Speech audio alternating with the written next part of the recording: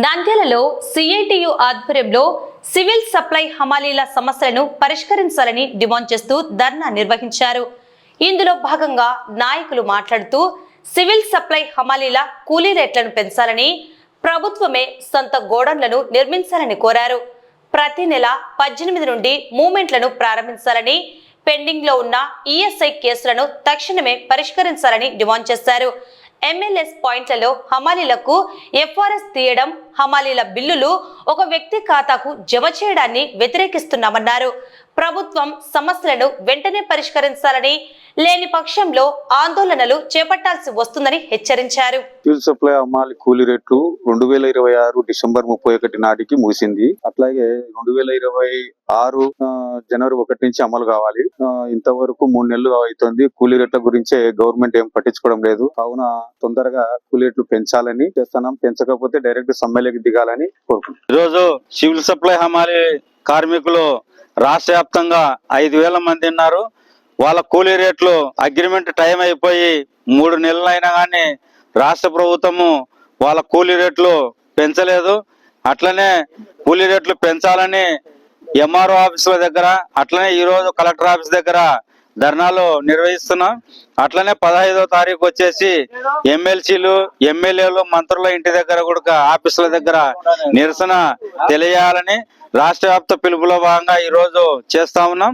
వాళ్ళ సమస్యలు వెంటనే పరిష్కరించాలని, ఈఎస్ఐ సౌకర్యము ఎప్పటి నుండో పెండింగ్ లో ఉంది, సివిల్ సప్లై హమాలీలకు ఈఎస్ఐ సౌకర్యం కల్పించాలని, ప్రభుత్వము సివిల్ సప్లై గోడౌన్లు ప్రభుత్వమే నిర్మించి ఏర్పాటు చేయాలని, అట్లనే సివిల్ సప్లై హమాలీ కార్మికులకు ఫేస్ యాప్ను ఇప్పుడు వచ్చినటువంటి ప్రభుత్వము పెట్టాలంటుంది.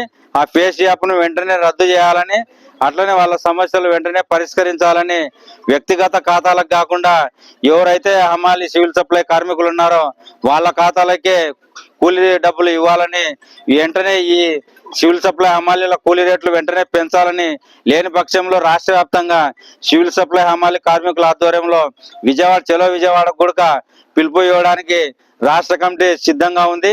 ఈరోజు రాష్ట్ర వ్యాప్తంగా సివిల్ సప్లై హమాలీ యూనియన్ సిఐటియు నాయకత్వంలో రాష్ట్రంలో ఉన్నటువంటి అన్ని జిల్లా కలెక్టర్ ఆఫీసుల ముందు నిరసన తెలియజేస్తున్నాం. గతంలో ఎంఆర్ఓ ఆఫీసుల ముందు చేయడం జరిగింది. ఎందుకంటే ఈరోజు సివిల్ సప్లై హమాలీ కార్మికులకు కూలీ రేట్ల కాల పరిమితి ముగిసి 3 నెలలు అయింది. ఇంతవరకు కూలీ రేట్లు పెంచలేదు. కాబట్టి వెంటనే కూలీ రేట్లు పెంచాలని, మరి అదే విధంగా ఈరోజు 10 మంది పనిచేసే చోట ఈఎస్ఐ సౌకర్యం కల్పించాలనేసి చట్టం ఉంది.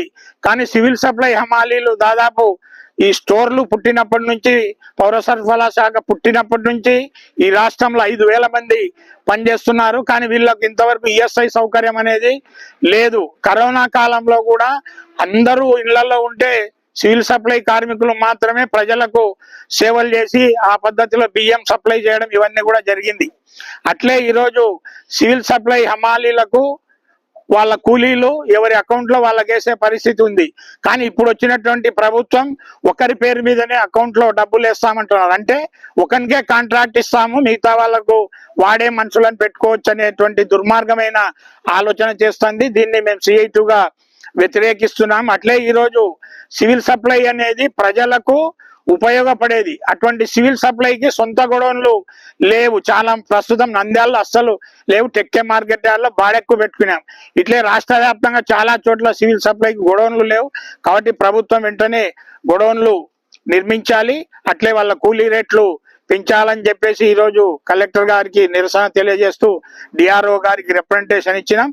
మళ్ళీ 15వ తేదీ మంత్రులు, ఎమ్మెల్యేలు, ఎమ్మెల్సీల ఆఫీసుల ముందు కూడా నిరసన తెలియజేసి వాళ్ళకు తెలియజేస్తాం. అప్పటికి కూడా ప్రభుత్వం స్పందించకుంటే చలో విజయవాడకు కూడా పిలుపు ఇవ్వడానికి సిఐటియు సివిల్ సప్లై హమాలీ కార్మికులు సిద్ధంగా ఉన్నారని చెప్పేసి తెలియజేస్తా ఉన్నాం.